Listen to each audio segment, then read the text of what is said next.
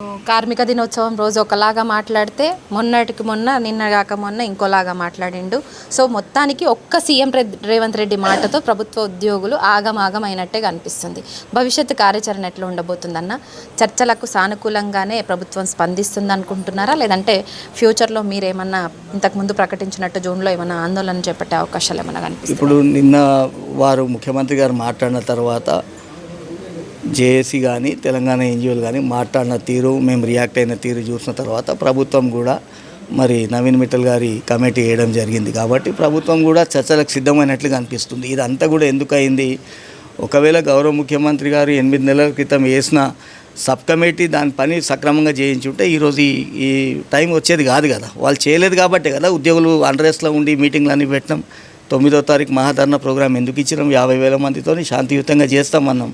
దాని మీద ఇంత రాద్ధాంతం చేసి అటు ప్రజలను ఇటు ఉద్యోగులను ఇబ్బంది పెట్టవలసిన అవసరం లేదు. మీరు శాంతిపూర్వకంగా చర్చల ద్వారా సమస్యలు పరిష్కరిస్తామంటే దానికన్నా మరి మించింది ఏం లేదు. మేము కూడా ఎక్కడ కూడా ప్రజలకు ఇబ్బంది పెట్టాలని లేదంటే ప్రజలను రోడ్డు మీద దేవాలని మేము రోడ్డు మీదకి రావాలని కోరుకుంటలేము. మావి గొంతమ్మ కోరికలు కావు, మావి చిన్న బతుకులు.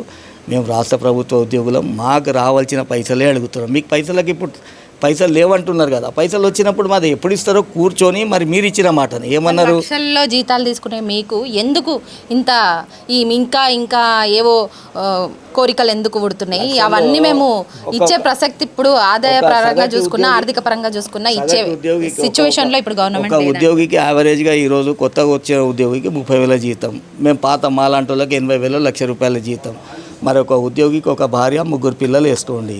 నెల అయితే ఇంటి ఖర్చు, ఇంటి కిరాయి ఇవ్వాలి, కరెంట్ బిల్ కట్టాలి, నీళ్ళ బిల్ కట్టాలి, పిల్లల స్కూల్ ఫీజు కట్టాలి, పెద్ద విద్యార్థులు ఉంటే కాలేజ్ ఫీజు కట్టాలి, చిట్టీలు నడవాలి, సంసారం నడవాలి, సావులు నడవాలి, బతుకులు నడవాలి, మెడికల్కి పెట్టుకోవాలి. మీరు మెడికల్ బిల్ పాస్ చేయరు, మీరు మా హెచ్ఆర్ఏ ఇయ్యరు.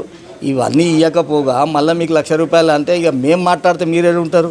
నడు మరి అమరుల స్తూపం దగ్గర కూర్చొని చర్చిద్దాం. అమరవీరుల సాక్షిగా ప్రమాణం చేసి చర్చకు మేము సిద్ధమైన, ఎంతమంది వస్తారో రండి, మా ఖర్చు ఎంత, మాకు వచ్చే జీతం ఎంత, మేము ఖర్చు పెడుతుంది ఎంత, మీకు వచ్చింది ఎంత, మీరు పెన్షన్లు కూడా తీసుకుంటున్నారు. మీరు ఒకసారి మీరు రాజకీయ ఏమంటారు ఆ ప్రస్తావన అయిపోయిన తర్వాత కూడా మీరు బతికినంత కాలం లాస్ట్ వరకు మీకు పెన్షన్ వస్తుంది. మాకు 2004 నుంచి పెన్షన్ ఆగిపోయింది. ఉద్యోగులు అల్లాడిపోతున్నారు, పెన్షన్ లేదు.